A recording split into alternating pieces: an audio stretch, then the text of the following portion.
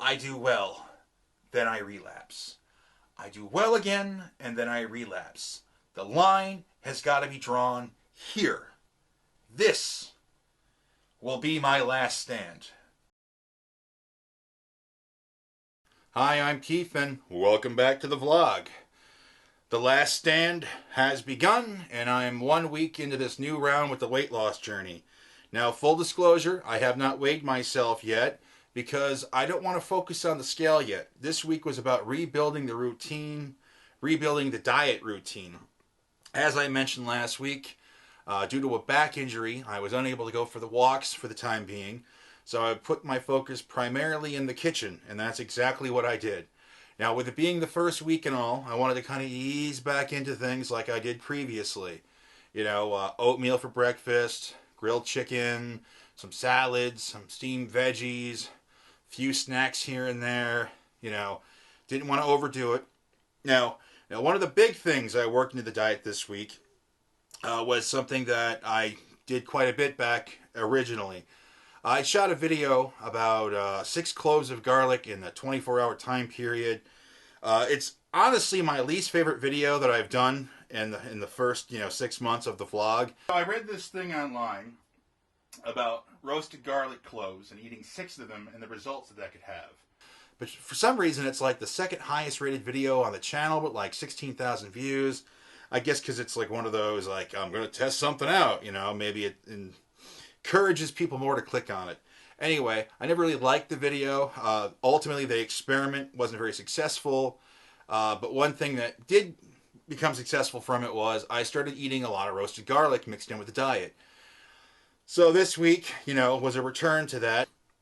Now, what I do with the roasted garlic is, yes, I snack on it separately, but I also use it to flavor my chicken. When I grill up the chicken, I'll do it on a George Foreman grill, because right now it's winter time, and I can't use the grill outside, so the next best thing is the George Foreman. Now, I like to season or marinate chicken when I grill it on the grill, but unfortunately, if you ever tried to marinate something and cook it on a George Foreman grill or even season it, it doesn't really work out that well. That's why the garlic comes in so well. What I do is I take a couple of cloves and I kind of like, it's almost like a spread, and I spread it out on the chicken breast, and voila, now I got garlic flavored chicken, and it's quite tasty. There are benefits to eating roasted garlic that I've read. Now, even though the 6 cloves of garlic in the 24 hours wasn't successful, I do feel that working it into my diet every day over that course of time did have some positive effects. Now, I'm not an expert on it, and some of the stuff I've read online says it lowers blood pressure, helps out with aches and pains, and stuff like that. And I can't credit the garlic for this, but this last week has seen a great improvement in my back. Now, the day after I shot the vlog last week, I was in agony the following day with the back. Like, I could barely walk again, and I was so frustrated because here I was 2 weeks, into this back injury, and I thought it's not going to end anytime soon. So, on day 6 of this week, I woke up feeling not too bad, and I thought, oh, all right, this is actually kind of nice. So I decided to take a very short walk just to kind of see how I felt. So I walked to the grocery store, which is about 0.3 miles from the house. So a round trip is about 0.6 miles. When I got back, the back hurt a little bit, but not nearly as bad as it could have. So I was very grateful for that. We got hit with a snowstorm last couple of days, so I did walk in a snowstorm. So, the back. The back is considerably better. It's not 100% yet, but I'm still going to try to work in some walks this upcoming week. Now, what led to the back problems, and I touched on it last video, but let me give you a little bit more detailed description. Now, my fairgrounds, where I do a lot of the walking, most of the walking, is covered with snow and ice from this winter. And the ice is treacherous. It's very slippery. So a way to combat that was I purchased these nifty little ice spikes here. And using the ice spikes, I'm able to grip the ice and walk right over it without a problem. Now, it works as far as walking over the ice. Where this plan didn't work out that well was the impact it was putting on my feet, which echoed up my back to the lower back. And I think with the extra weight that I put on top of this without, proper support inside, this is what led to the back injury. Now, regrettably, it just kind of hit me at once. It wasn't like it was a slow build. Like I did the first walk and like, oh, my back hurts a little bit. No, I was fine until day 5, and then it just, it hit hard. So what I'm going to try to combat that is I picked up these nifty insoles for the hiking boots. I'm not going to plug the brand, but they're supposed to be like some kind of athletic brand, and hopefully they hold up pretty well. I guess I'll find out. Now, just because I'm going to be walking again this week doesn't mean I'm going to be pushing myself like I've been known to push myself in the past.